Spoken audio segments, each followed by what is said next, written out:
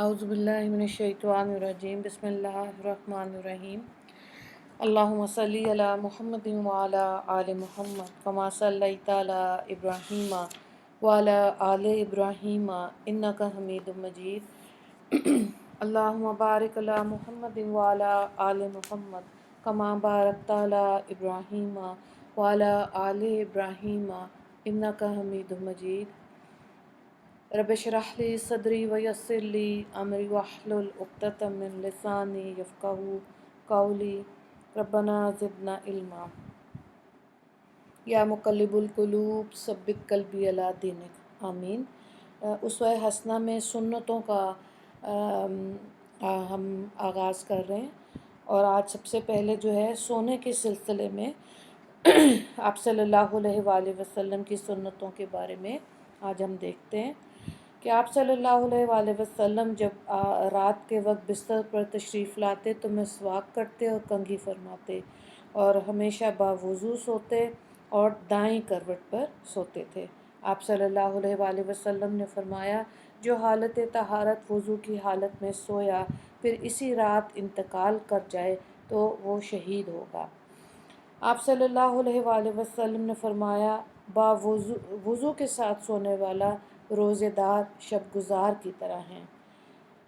اسی طرح سونے میں مسواک کا اہتمام کرنا، اور یہ بھی سنت عمل ہے، اور آپ صلی اللہ علیہ وآلہ وسلم سونے سے پہلے مسواک کیا کرتے تھے، سو کے اٹھ کر بھی مسواک کیا کرتے تھے، بلکہ مسواک اپنے سرہانے رکھ کے سویا کرتے تھے۔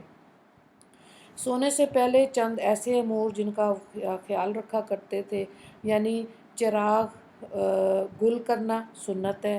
پھر آپ صلی اللہ علیہ وآلہ وسلم نے فرمایا، جب تم سونے کا ارادہ کرو تو چراغ بجھا دیا کرو، دروازہ بند کر دیا کرو، اور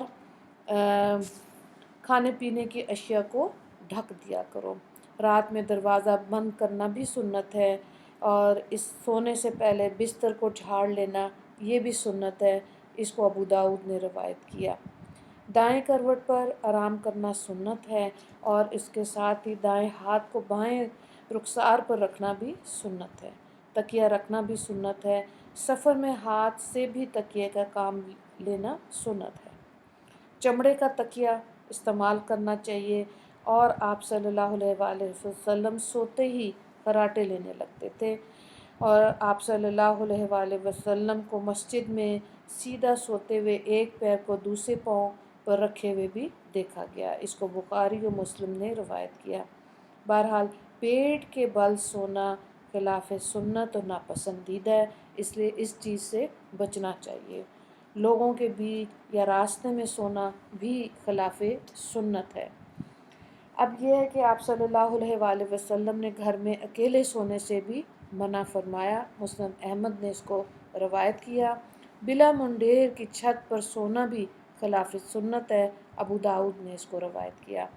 ہر خطرے کی جگہ پر سونا خلاف سنت ہے، اور گندے آلودہ ہاتھ بغیر دھوئے سونا بھی خلاف سنت ہے۔ آپ صلی اللہ علیہ وآلہ وسلم اندھیرے گھر میں بیٹھتے بھی نہیں تھے، جب تک چراغ روشن نہ کر دیا جاتا تو اس کو وہ یعنی کہ چراغ کو روشن کر کے پھر گھر میں بیٹھتے۔ اب یہ دیکھیں کہ کب سوئیں اور کب نہ سوئیں۔ آپ صلی اللہ علیہ وآلہ وسلم نے فرمایا، کھانے کو ذکر اور نماز کے ذریعے ہضم کرو، اور کھانے کے بعد جلدی مت سو، اس سے دل سخت ہو جاتا ہے۔ عصر کے بعد سونا خلاف سنت ہے۔ صبح تک سونا تنگی رزق کا باعث ہے۔ صبح تک سونے سے شیطان کان میں پیشاب کر دیتا ہے، اس کو بخاری نے روایت کیا۔ حضرت سلیمان علیہ السلام کی والدہ نے حضرت سلیمان علیہ السلام سے فرمایا، رات کو زیادہ سویا مت کرو، رات میں زیادہ سونے والے کو قیامت میں فقیر بنا کے چھوڑ دے گا۔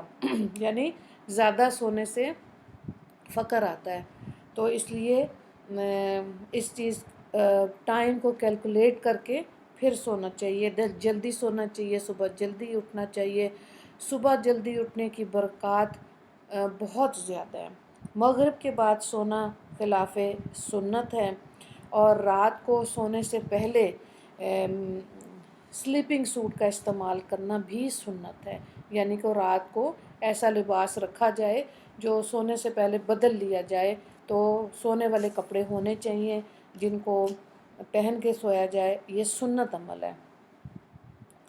عشاء کے بعد شعر و شاعری کرنا خلاف سنت ہے۔ اسی طرح سوشل میڈیا کی جتنی بھی چیزیں ہیں جو یوز کر رہے ہوتے ہیں، اس سے بھی انسان کی نیند میں اور اس کی صحت میں خلل پڑتا ہے۔ اس کو تو اب میڈیکل سائنس نے بھی کہہ دیا کہ جو انسان یہ جو لیپ ٹاپ ہے یا موبائل ہے، اس کی جو ریز ہیں وہ بھی انسان کی صحت کے لیے نقصان دہ۔ عشاء کے بعد دینی گفتگو کرنے کی اجازت ہے۔ عشاء کے بعد اہل و عیال سے گفتگو کرنا سنت ہے۔ سبحان اللہ۔ ترمذی نے اس کو روایت کیا۔ سونے سے قبل پانی کا اہتمام، یہ بھی سنت عمل ہے، پانی ساتھ رکھنا چاہیے۔ اور آپ صلی اللہ علیہ وآلہ وسلم کب بیدار ہوتے تھے؟ جب مرغا اذان دیتا تھا۔ اس کو بخاری نے روایت کیا۔ آپ صلی اللہ علیہ وآلہ وسلم آدھی رات آرام فرماتے، تہائی رات میں بیدار ہوتے، پھر کچھ حصہ صبح صادق سے تھوڑا پہلے آرام فرما لیتے تھے۔ بخاری نے اس کو روایت کیا۔ آپ صلی اللہ علیہ وآلہ وسلم شب بیداری کو ترک نہیں فرماتے تھے۔ اگر تکلیف یا سستی محسوس کرتے تو بیٹھ کر بھی نماز ادا کر لیا کرتے تھے۔ حضرت انس رضی اللہ تعالیٰ عنہ سے مروی ہے کہ میں آپ صلی اللہ علیہ وآلہ وسلم کی خدمت میں حاضر ہوا۔ آپ ایسی چارپائی پر تھے جو کھجور کے پتوں اور شاخوں سے بنی ہوئی تھی۔ کھجور کی چٹائی پر بلا بستر کے سونا بھی سنت عمل ہے۔ عبداللہ بن زید رضی اللہ تعالیٰ عنہ سے روایت ہے کہ انہوں نے نبی پاک صلی اللہ علیہ وآلہ وسلم کو مسجد میں سیدھا لیٹے دیکھا۔ آپ صلی اللہ علیہ وآلہ وسلم ایک پیر کو دوسرے پاؤں میں رکھے ہوئے تھے۔ سفر کے دوران اگر صبح کے قریب کسی مقام پر قیام فرماتے تو اپنا دایاں بازو کھڑا کرتے اور بائیں پر سر رکھ کر آرام فرماتے تھے۔ پھر آپ صلی اللہ علیہ وآلہ وسلم نے فرمایا کہ جب کوئی سو رہا ہو تو اس کو بغیر کسی عذر کے نہیں جگانا چاہیے۔ نارملی ہم لوگ تو ایسے کرتے ہیں، کوئی سو رہا ہوتا ہے تو اس کو اٹھا دیتے ہیں، تو یہ بھی خلاف سنت عمل ہے۔ ہاں اگر بہت دیر سے سو رہا ہے پھر تو اس کو اٹھانا چاہیے۔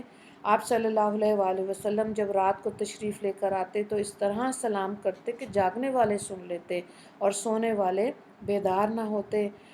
تو یہ سنت عمل ہے، سلام کرنا گھر میں داخل ہوتے ہوئے، جب کسی کو گھر میں بھی دیکھے تب بھی سلام کرے، بیدار ہو کے بھی سلام کرنا چاہیے۔